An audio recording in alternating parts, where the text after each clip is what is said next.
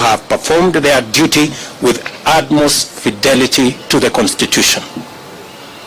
They listened to all parties, considered all issues, applied the law, and demonstrated their learning, impartiality, and patriotism. Their professionalism has elevated the stature of the judiciary, enhanced the place of petition process in legitimating election results as the true reflection of the people's decision, and afforded the nation an opportunity to reflect. It also afforded the nation an opportunity to debate and to come to terms with the implications of the last general election. I do not take this for granted, and I thank the judiciary in general and the Supreme Court in particular for staying strong as the shining beacon of constitutionalism and the rule of law, even in the most daunting of circumstances. And you know what I mean. The Supreme Court scrutinized, examined, and dissected and tested the declaration of the Independent Electoral and Boundaries Commission against the high standard established by the Constitution.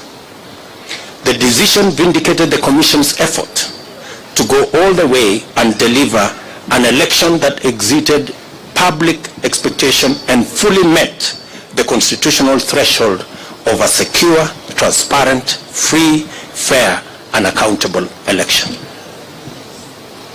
The return of a unanimous decision on all the 9 issues confirms the fidelity of the IEBC to both the law and the Constitution. I therefore commend the Commission for their noble achievement at tremendous and regrettable cost to serve the people of Kenya by ensuring that their sovereign will is upheld. As I do that, we are all aware that there are men and women who lost lives in this election when they shouldn't. There was blackmail, threats, intimidation, and all manner of attempts to subvert the will of the people. The IEBC stood firm. The judiciary has vindicated the IEBC. This appreciation takes us to the point of proper appreciation of the just concluded legal process. Many of our supporters were a little unhappy about the delay, and some might have been tempted to impute bad faith in the petitioners who they say they saw to be taking advantage of the law to frustrate their wishes as expressed through the ballot. A lot of this anxiety is the result of long-standing suspicion of national institutions, especially when political contestation is involved.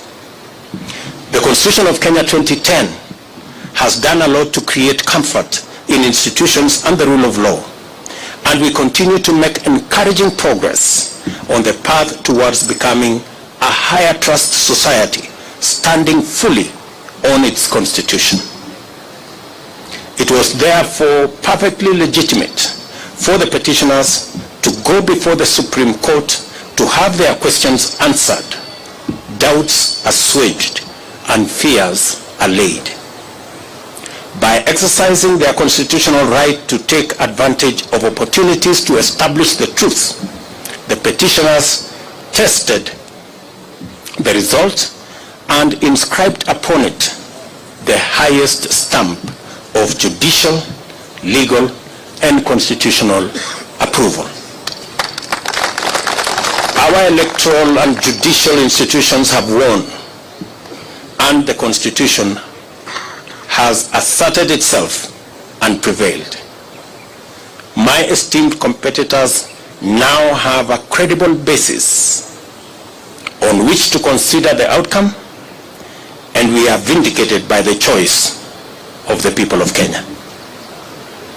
The court's decision completes the loop of institutional stewards of the rule of law, entrench our constitution, and express the sovereign will of the people who have articulated themselves quite eloquently, directly, and through their constitutional institutions.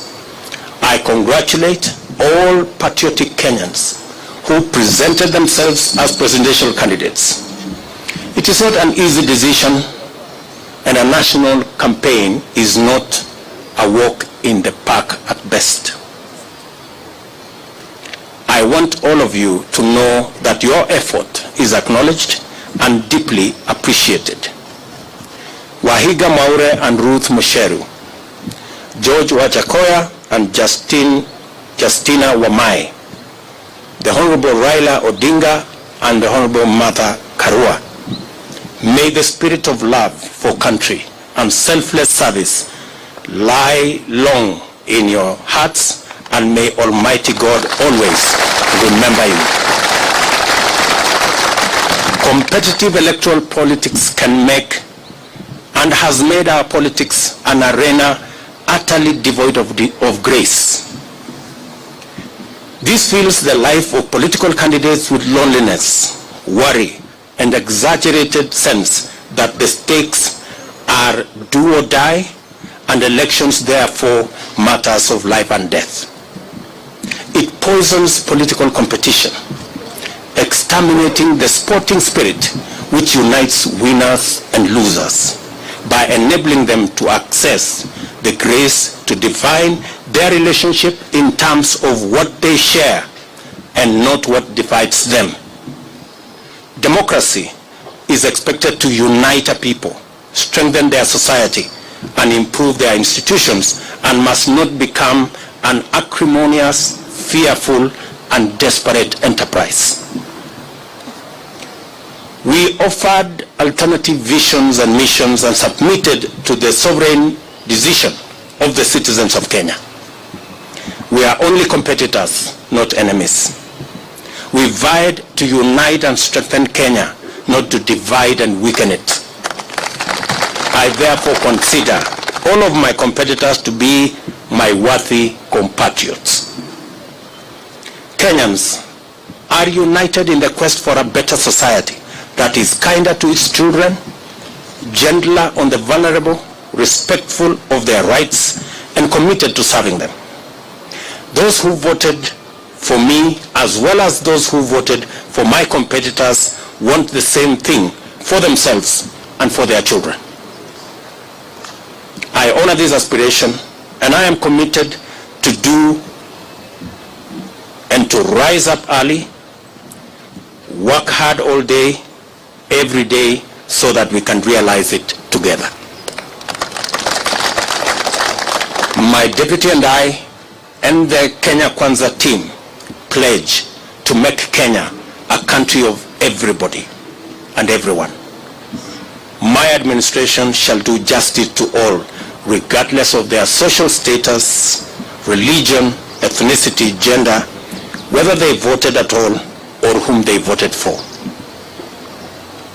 I therefore extend a hand of brotherhood to all my competitors and to all their supporters. We are not enemies, we are Kenyans. Let us unite to make Kenya a nation where everyone shall be proud to call home. My administration will recognize in full the now established tradition of honoring our leaders who have served this nation, and shall not in any manner interfere with their privileges and their entitlements in retirement. They are revered elders of our nation who deserve respect at all times. It is now time for us to prepare for the day when we wake up to the momentous duty to serve Kenyans.